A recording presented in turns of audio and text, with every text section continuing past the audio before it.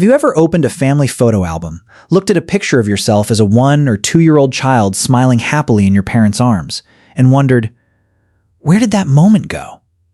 Most of us can remember our first day of school, a childhood friend, or even a movie we watched many years ago. Yet almost no one can recall the earliest years of their own life. The period that seems like it should be the most important, when we learn to see, hear, love, and explore the world, is hidden behind a veil of mystery. Scientists call this phenomenon infantile amnesia. The term was popularized by Sigmund Freud in 1905 when he observed that most people could not recall memories from their earliest years. Today, however, neuroscience suggests that the reason is not that an infant's brain is inefficient. In fact, the opposite may be true. The brain is carrying out one of the most important tasks of human development, building the foundation for the entire life that lies ahead. For many years, people believed that infants simply lacked the ability to form memories. Modern research has shown otherwise. In the 1980s, psychologist Carolyn Rovee-Collier conducted a series of famous experiments involving infants between 2 and 6 months old. In these studies, a ribbon was attached from a baby's leg to a mobile hanging above the crib. The infants quickly learned that kicking their legs caused the mobile to move. What surprised researchers was that days or even weeks later, when placed back into the same situation, many babies immediately kicked more than usual, as if they remembered the connection between their actions and the result. These findings demonstrated that infants are fully capable of retaining information. Parents often notice similar behavior in everyday life. Young children may react with excitement when watching familiar videos or hearing songs they have heard before. Such responses provide evidence that memories are indeed being formed and stored, at least for a period of time. So if infants can remember, why do those memories seem to disappear as we grow older? Part of the answer lies in the developing structure of the brain itself. One of the most important regions involved in forming long-term memories is the hippocampus, a structure deep within the brain that helps process and organize experiences. In young children, however, the hippocampus is still maturing. A particular area within it, known as the dentate gyrus, continues to undergo significant development during the first years of life. At the same time, the connections between the hippocampus and the prefrontal cortex, the area involved in organizing, interpreting, and retrieving memories, are not yet fully developed. In other words, a young child's brain is like a library that is still under construction. Books are constantly arriving, but the cataloging system is not yet complete. Information can be taken in, but storing and retrieving it over the long term remains a challenge. Yet brain immaturity is only part of the story. One of the most fascinating discoveries in modern neuroscience involves neurogenesis, the process by which new neurons are created.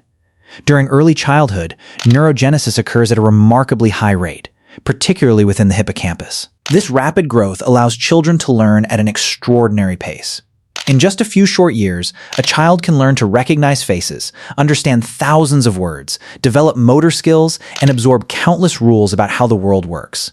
However, this powerful learning ability may come with a trade-off. In 2014, neuroscientists Paul Franklin and Sheena Jocelyn of the University of Toronto proposed that high levels of neurogenesis could disrupt existing memory networks.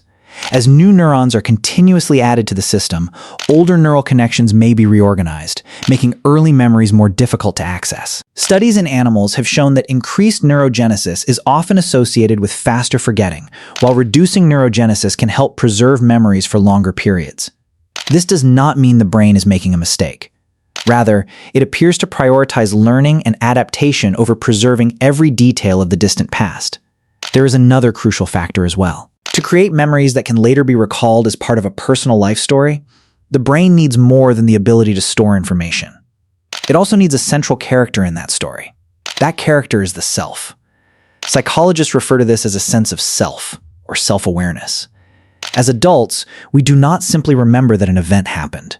We remember that it happened to us. This capacity forms the basis of autobiographical memory.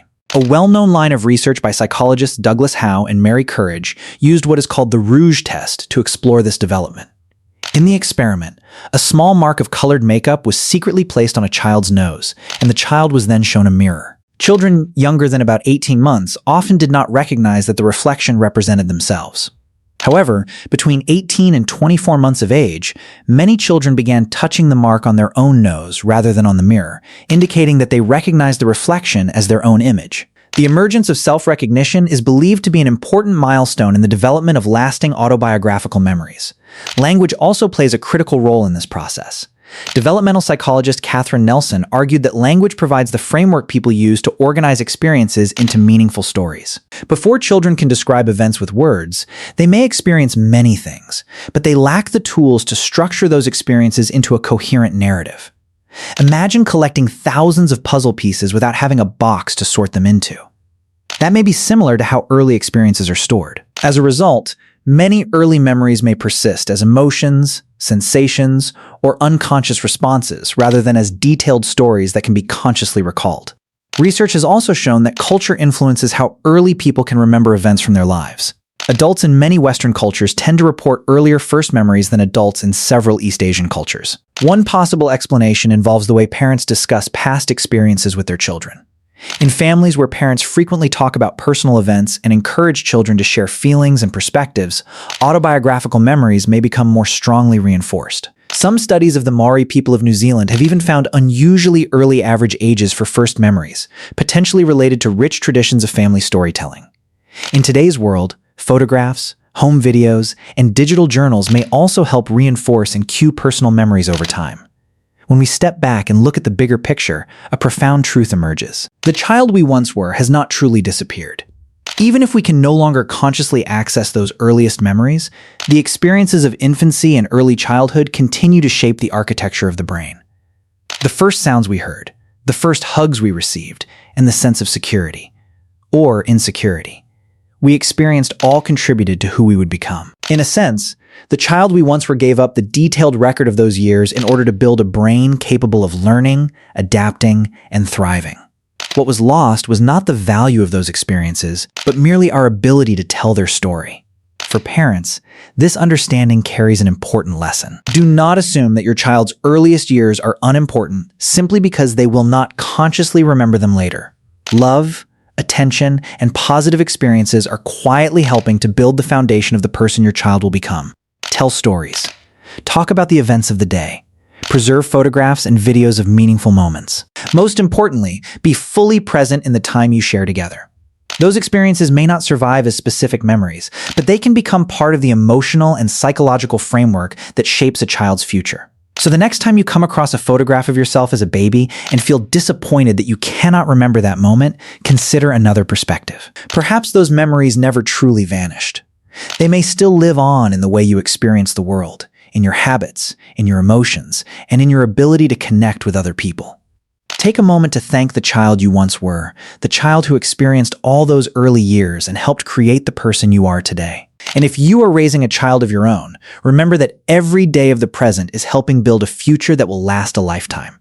If you found this topic fascinating, share in the comments the earliest memory you can recall and how old you think you were when it happened. And don't forget to like the video and subscribe to the channel for more explorations into the mysteries of the human mind.